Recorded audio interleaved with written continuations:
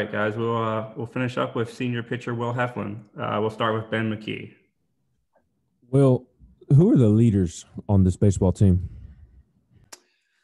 That's a good question. We got a lot of leaders, different ages, different positions. One thing we really believe in is that it really doesn't matter how old you are or who you are. You could be the best player on the team or just a guy who is on the roster and a part of the family. But if you lead by example, then you're a leader, and that's just plain and simple. So you guys just talked to Jake Rucker. He's a great example of lead by example, and he's definitely one of our leaders. I see myself as a leader. I'm one of the more vocal guys in the locker room, got experience, so that definitely helps. And then guys like Luke Lipsius, who are just, they kind of have that vibe about them where they're always just in a good mood. And it seems to rub off on other guys. So those are some of the leaders I think of off the top of my head. All right, next we'll go to Gustavo and then Rick Russo.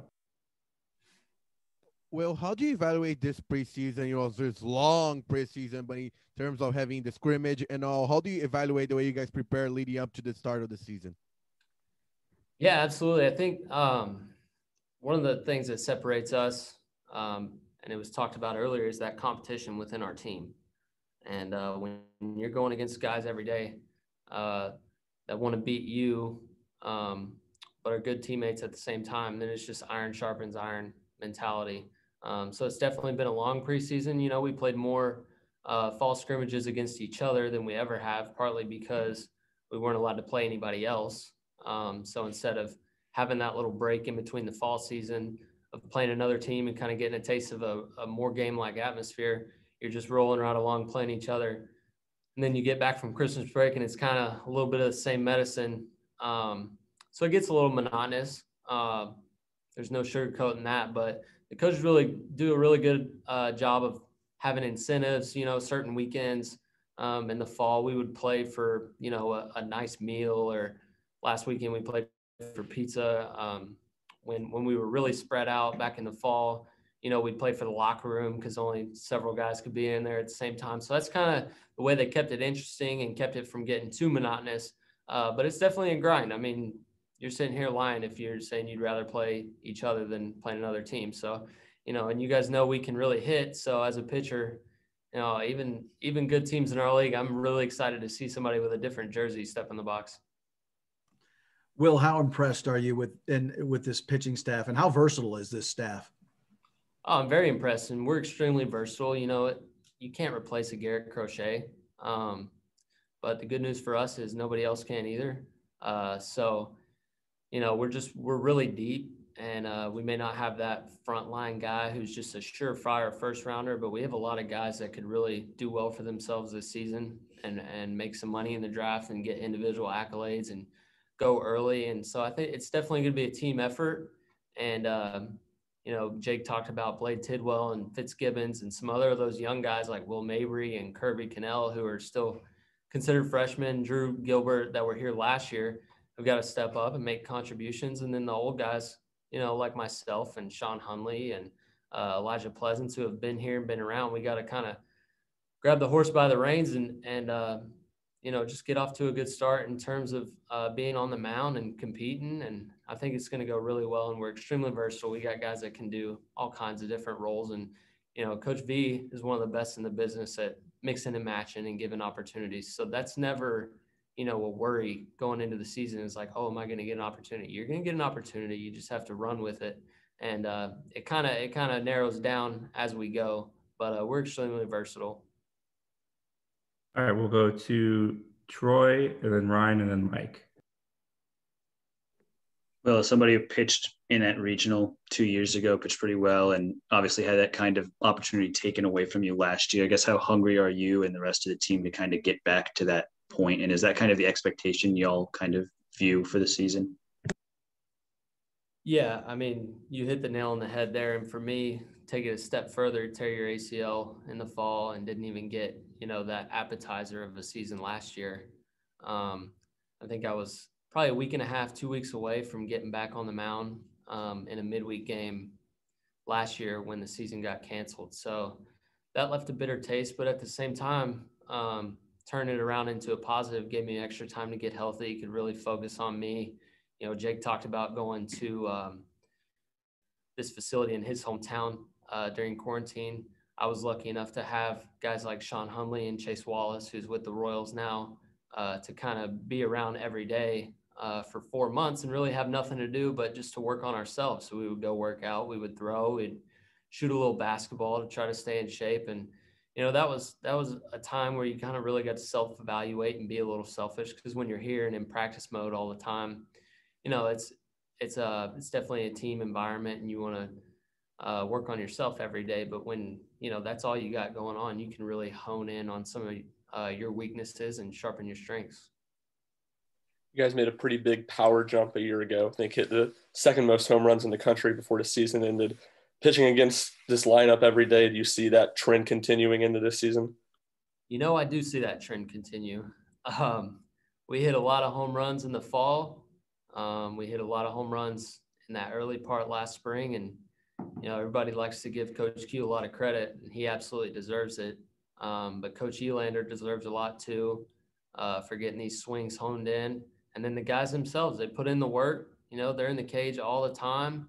They have really good approaches at the plate. If you throw them a strike, they're going to hammer it. And if you try to get them to chase, then they're really good at laying off of it. So, you know, we got a really tenacious lineup. It's not just a bunch of guys who are going up there to hit the long ball, you know, because I think you would see our strikeout numbers be really high in that case. But they do a really good job of getting on base and doing team at-bats and stuff like that. And I think the home runs are just a result of having a good approach and hitting the ball hard.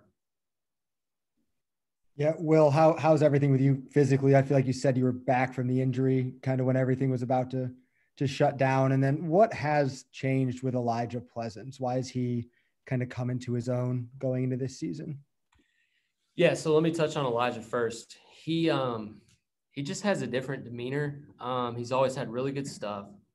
He's a freak athlete. He runs like a deer. He's got a whippy arm. He's always had good stuff. I think he's just a mature pitcher now. And it's not, you know, he wasn't that far off beforehand. He was always talented, and he was about to pitch and help us out last year.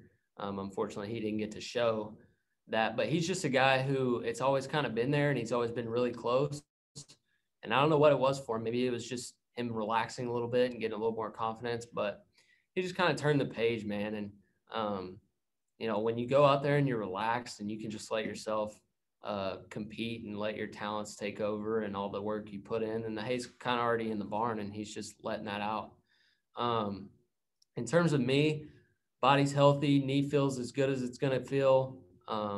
Arm is back in shape. You know, when we got back in the fall, everybody kind of had to get their arm back in that live shape. So I didn't really come back in any kind of hole or deficit. So it's really just been about sharpening back up and getting ready for the season. All right, we'll go back to Ben.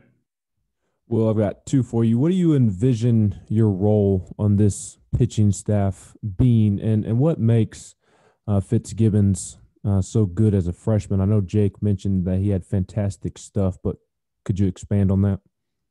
He does. He's got a really whippy arm. Being left-handed does not hurt. I know that from experience, but he spins his breaking ball really hard. They talk about spin rate all the time, and he's got a high spin rate, and he fills up the zone. He's just kind of a little competitor out there, and you know, he doesn't really pitch like a freshman. He goes right at people. He knows his stuff is good, and he's just a good pitcher, plain and simple. In terms of my role, I could see myself doing a number of different things. I think early on, my first couple opportunities will definitely be somewhere in the middle of the game, hopefully like a first out of the pen type thing or a bridge type guy. But what's really nice is a couple guys we have on our staff, I think I complement really well. Like Bladen Tidwell is a big, hard-throwing righty. Jackson Leaf, big, hard-throwing righty.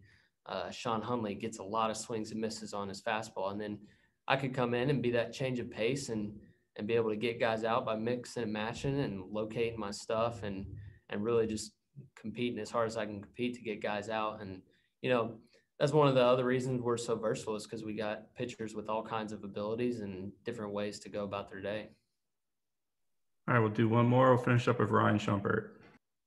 Yeah, I know you went through senior day in 2019 and you weren't really sure if you were going to come back. Just did you ever expect to spring of 2021 to still be at UT, and what's this kind of crazy experience been like? Yeah, so I actually went through senior day as a junior. They do it based off your school year, and I was able to graduate my undergrad in 3 years. So that's why I went ahead and did senior day that year. And then last year was supposed to be my true senior day, and I didn't think I would be back this year. But, you can raise your hand if you predicted a global pandemic.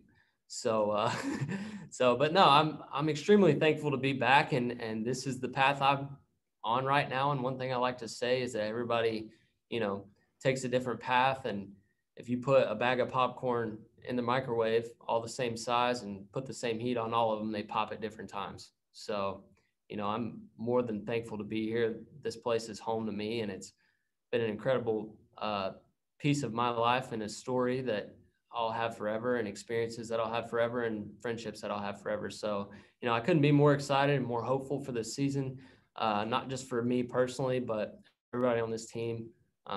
I really love seeing other guys have success. And I think when you go into it with an attitude like that, then you're more likely to have success. Awesome. All right. Appreciate your time, Will. Thanks, guys. That'll do it for today's media.